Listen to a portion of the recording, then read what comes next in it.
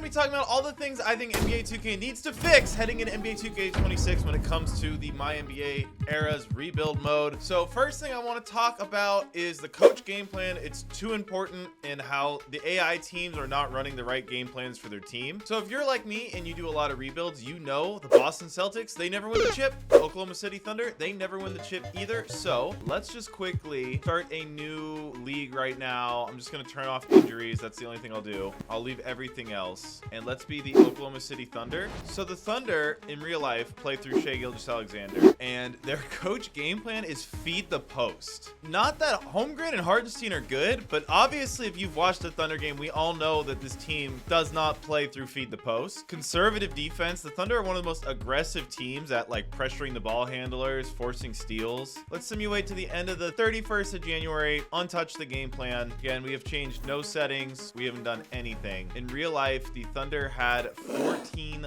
losses all season. All right, so I just simulated the first 42 games. We went 26-16. So the reason I'm bringing this up, and I want to show you guys how much of a difference it makes when you actually just make these teams play the way that they're intended to play. Tempo, average, crash the glass. We're playing double bigs, protect the paint, of course. We're going to play physical defense. We have some of the best defenders. Transition, Thunder are pretty much a transition team. And there's something else that's really important with the coach game plan we're going to talk about, but I don't want to get too scatterbrained, so I'll touch on it later. That's really important when it comes to this, because it's actually insane to me how broken it is. But we just adjusted our game plan for the season, right? And we're going to simulate the rest of the season. We had 16 losses in the first 42 games. We'll see how many we have after I fix that. But the main reason I want to talk about this is because one issue with the coach game plan is the fact that the computer is not going to adjust it itself. And so let's say I'm doing a rebuild of, I don't know, the Sacramento Kings. We just beat by 40 on February 1st. When I make a team that isn't as good as the Thunder, it's so easy to defeat them in the playoffs because the CPU Thunder are not running the team properly. They don't know what they're doing, and it's super immersion breaking. It kind of defeats the whole purpose of even trying to make a really good team, because you can pretty much win the championship with almost any NBA franchise the first year without making any trades by just really tinkering with the coach game plan. And that's really not, I feel like, what the NBA is all about. You know, it's not about you should just be able to tinker with game plans. The computer should be able to adjust to your adjustments and make it so you can't just win with just about any team. So you guys saw that I simmed the first 42 games with the Thunder's default game plan. We had 16 losses. Over the next 40 games, we only had 8 losses. So I cut the amount of losses in half just by changing the game plan, which again shouldn't be groundbreaking, but it's just to say that a lot of the reason, you know, you're doing so well is the computer teams are not running their game plans properly. So let's also be the Denver Nuggets, the Boston Celtics, be the Knicks. Boston Celtics, the game plan, pick and roll offense. I mean, the Celtics pretty much are the most pick and switch, attack the mismatch offense you will ever see in the NBA. They're always trying to attack the other team's worst defender, which isn't even an offensive focus. But if you've watched a playoff game, the Timberwolves offense, attack Luka. Lakers offense, try to get the big switched on to Luka. I mean, the Celtics pretty much go for mismatch hunting all the time. It's not even an option. It's definitely not pick and roll offense. Patient, sure. Conservative, again, watch a Celtics game. They're a physical defense. That's not right. New York Knicks, they play through Jalen Brunson insanely amount. Offensive focus is not even set to play through star. It's not even accurate. Half of these teams, it's not even accurate for how these teams play. Denver Nuggets, I'm guessing it should be feed the post or play through star. Feed the post, all right, it's a bit better. But here's the other real issue. If you set your defensive focus to anything other than to protect the paint, it hurts your team. Neutral defensive focus, I'm not sure what that is, and no preference. I mean, I don't know what that means. If you ever set it to limit perimeter shots, you're just putting your team at a disadvantage. There's no team build in this game where limit perimeter shots actually benefits you to have that be your setting. The only setting that is beneficial is protect the paint. And conservative defense, from my experience in this game, you can pretty much win with any team by having them play like a bunch of cavemen, crash the glass for everything, play physical, protect the paint. Denver, let's make them, I don't know, play through their star, average tempo, probably, yeah. But patient offense, I mean, this, if you play through this system of really slow, you guarantee yourself the #1 defense in the league. If you watch my rebuilds, I always have the #1 defense because I usually have these settings because the game kind of penalizes you not to build teams like this. And so for an example of that, let's go look at the NBA standings. All right, so I just simmed it out. The worst team was is the Washington Wizards at 20 and 62, negative 10 point differential. So this statistically is one of the worst teams of all time. So let's load up a new franchise mode and let's be the Wizards. All right, Washington Wizards, coaching, coach game plan. Let's just literally just fix this. So we're gonna play super slow, super physical. They had 20 wins in the prior simulation. Let's see how many we get now. All right, so I resimmed it. Obviously, I just changed the settings. We did not make the playoffs, but I got the Washington Wizards to 36 wins. This is a 20-win team. Again, the issue isn't that your team improves from using the coach game plan. The problem is the other teams are not optimizing their coach game plan. In a league where every team is optimizing their game plan and the game plans had more options for success, I don't think I'd be 36 wins. And again, look at this. Celtics are set to pick and roll offense, not really how they play. 41 and 41. Brooklyn Nets, 43-39. How is that team have a better record than the Boston Celtics? I obviously think the simulation engine is flawed, but part of me wonders if it would be better if every team had its coach game plan looked at and if the teams adapted. Another issue too is when you get to the playoffs, you are able to make a whole comprehensive game plan against the computer team. I can choose how I'm going to guard Drew Holiday. I can decide all of this stuff, and it doesn't seem like the computer is doing it back at you, which is why I feel like it's so easy to upset the computer when you're the lower seed. So I think issue one, I would love 2K to actually have some attention to detail when it came to the coaches. So I'm just going to simulate out the season here. Look at Brooklyn Nets beat the Boston Celtics. Nope. Brooklyn Nets went to game 7 of the conference finals. Yeah, and the Dallas Mavericks win the championship. And again, I do think Dallas's team construction is actually pretty good, but the problem is this game rewards double big just way too hard. I think everyone knows watching the NBA nowadays that if you're going to play double big, one of them has to be a decent spacer. And I'm not saying this Mavs team, you know, couldn't go far with these big pairings or the Cavs, but it's really hard when you don't have any spacing, real spacing whatsoever. There tends to be clunky offense, and this game just really favors teams that can rebound, finish at the rim. And if you simulate a 2016 season with the Warriors having KD and Steph, you'll see they don't even win most of the time, which is insane. I mean, got 4-1 by the Brooklyn Nets. The Boston Celtics did. It makes no sense. The Lakers were the number 3 seed. We saw their flaws in the NBA playoffs, but in the regular season, their combination of spacing and Luka Doncic got them to the 3 seed, and they missed the playoffs in this sim.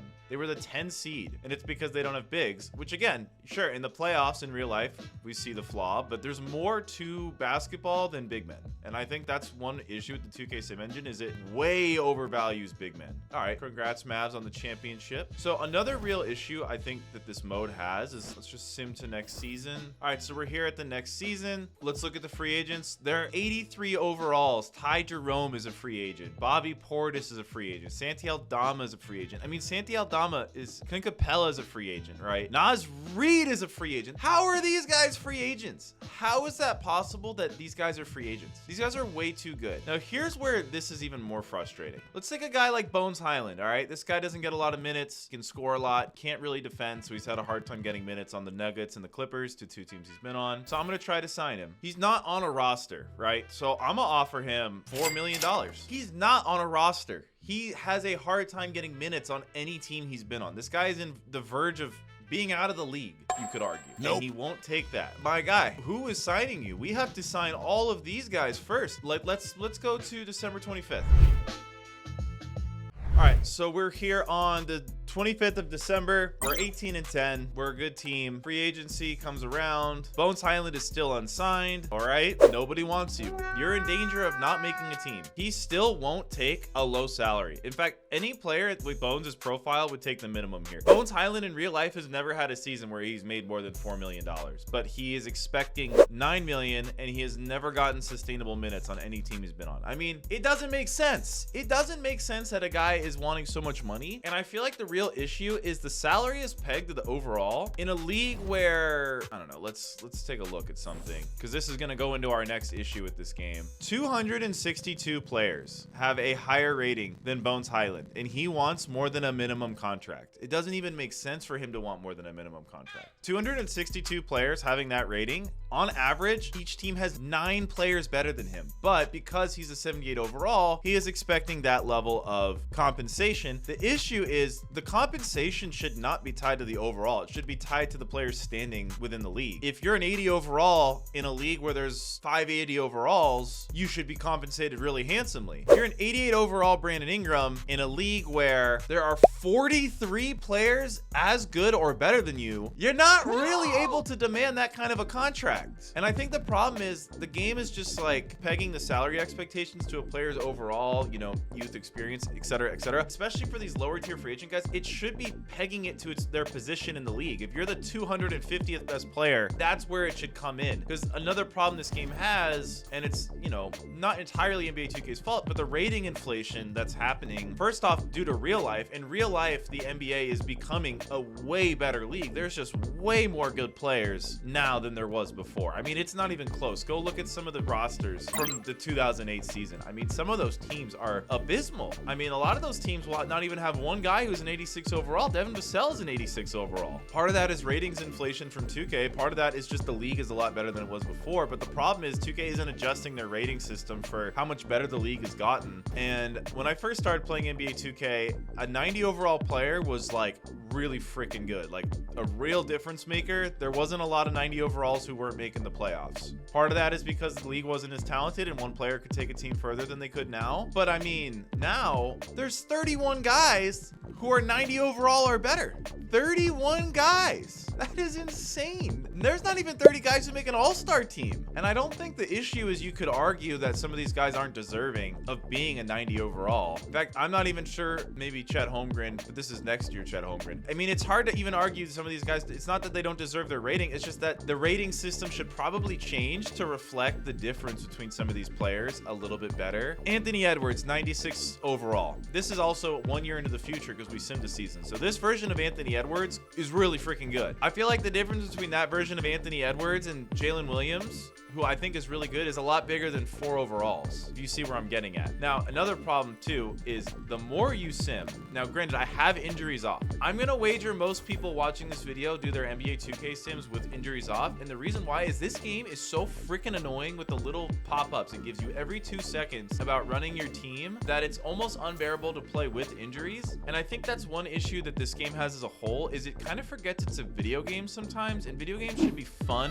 first and foremost and not annoying and nagging like this game is. But let's simulate 3 years into the future because I want to show you guys something else.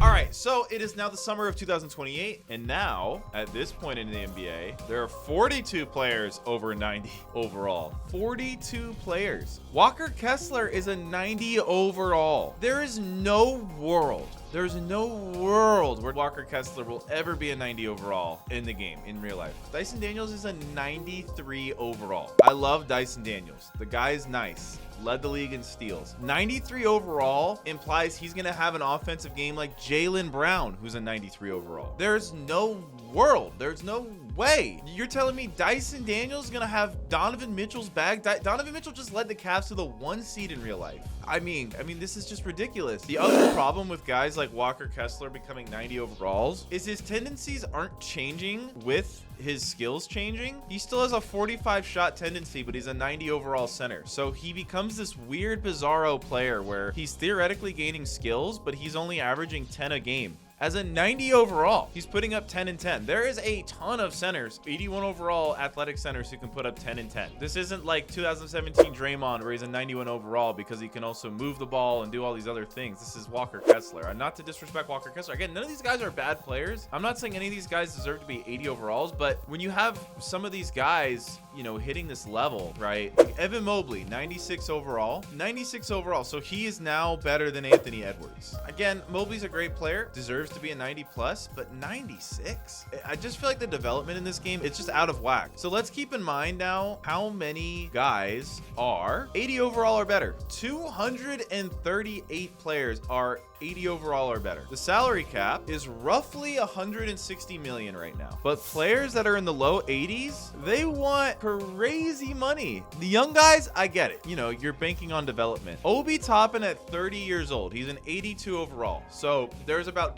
200 players in the NBA that are better than him, and he wants about a fifth of my salary cap. In a league where there's 40 players at 90 overall and 82 overall is not getting a fifth of the salary cap, and the salary expectations are wild for these guys. He's not going to take it that deal, so he's going to end up being a free agent. And so the problem is 2K has this like salary expectations thing. So I don't know, let's take Raul Santos, 25 years old, 82 overall. So it's like, we could do this. I feel like this should be built into the game default. You shouldn't have to adjust this. And also these menus are just high-key kind of confusing. It's not very user-friendly. The game it goes too strictly off the players overall and not their standing in the league, which is a huge issue. And the reason that's a huge issue is let's go now to next season. And on day 1 of the season, Karl Anthony Towns, Brandon Miller, Jalen Wells, Mikal Bridges, Pascal Siakam, and Grady. Like, Karl Towns is a free agent? No one is able to sign Karl Towns? Fresh off a season where he's putting up 19 points a game on 40% shooting as a 7-foot center. No one wants to sign this guy because we can't. We don't have enough money. Sixers, -80, -100, -70, -90, -134, -90, -80. So every single team, other than the 2 user teams that I haven't been managing, are between -70 and negative like 100 million in cap space. So no one is going to be able to sign Karl Towns. Every single team is basically into the second apron because the ratings are out of control. But a week into the season, Karl Towns has signed with the Utah Jazz on a 1-year, $2.2 million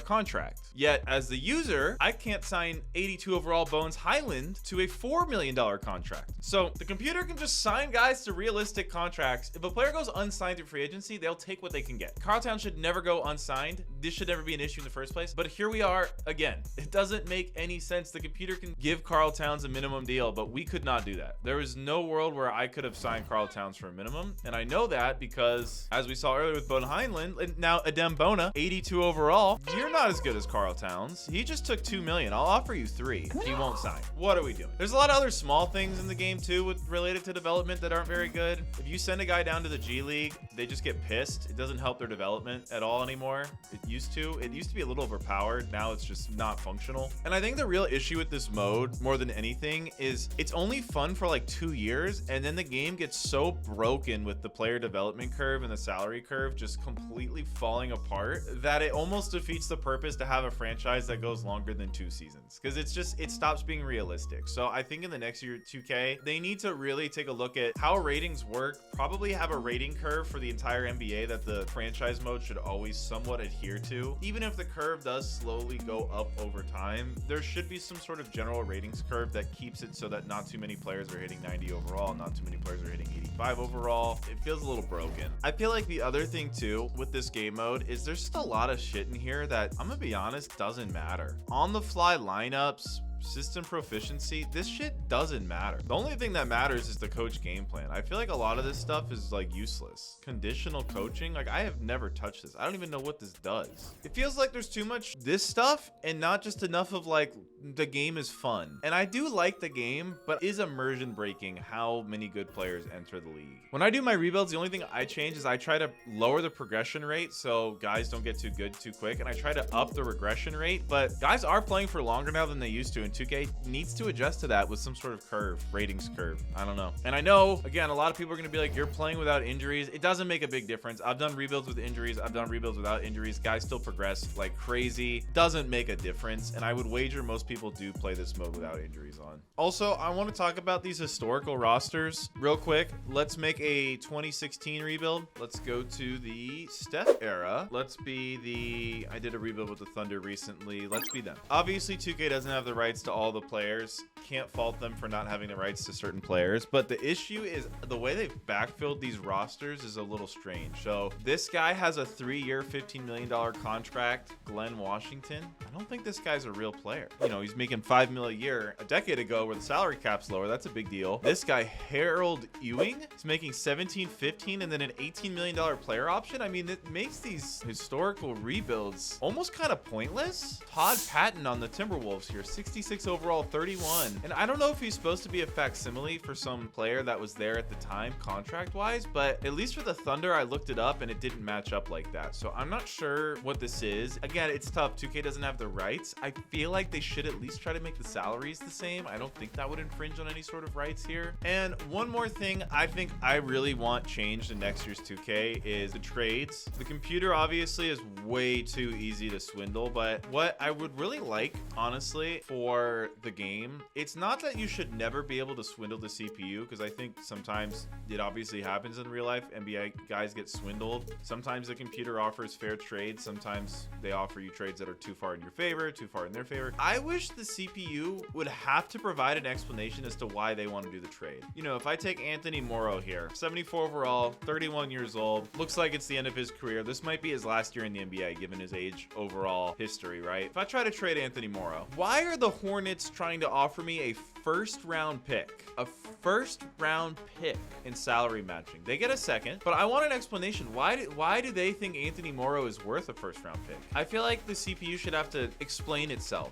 I don't know if anyone else thinks that's important, but I'd love to see like maybe some sort of box, you know, beneath where Nick Gordon is right here. I'd love to see a box where the Hornets are like, we believe we need spacing, which is why we're trading for this guy, or something like that. Why a first round pick from the Hornets? The Nuggets, why are you offering me a first round pick? I don't even care that it's lottery protected. This guy's a 74 overall. This Nuggets team has 7 players better than Anthony Morrow by overall. All of them are younger. So Anthony Morrow is going to get very little minutes, and the Nuggets are going to give up a first round pick for a guy who's not even under contract. Anthony Morrow is a free agent, unrestricted free agent at the end of the season. That trade makes no sense for the Nuggets. What is the rationale? In fact, they already have 2 small forwards and 2 shooting guards with a higher rating. Doesn't make any sense. And there's no rationale for it. That's the thing that I don't understand. There's literally no rationale for that trade. This isn't a Nuggets team that is looking at itself and saying, we're going to contend. So it doesn't make sense. They're not a 1 vet away from winning the championship with this roster. So I really think, I know 2K provides the sliders, right?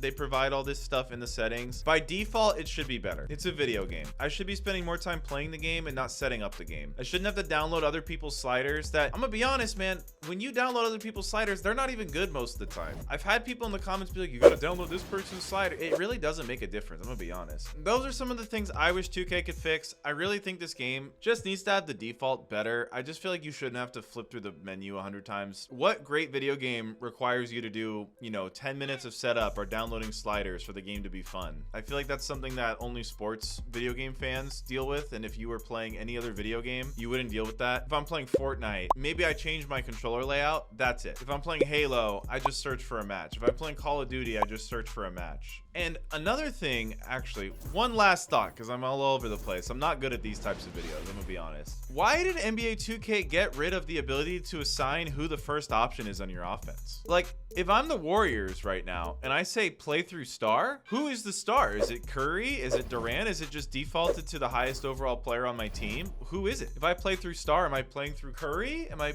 like, who is the star? It would be nice if I was doing a Warriors 2016 rebuild to be able to assign, okay, I want Curry to be the first option, Durant to be the second option. Like, they used to have that in the games. I don't know why they got rid of that. Let me know what you guys think about improving the rebuild mode in this game. Let me know if you agree, if you disagree. Different type of video. We'll have a normal rebuild soon. I'll see you guys in the next one. Peace.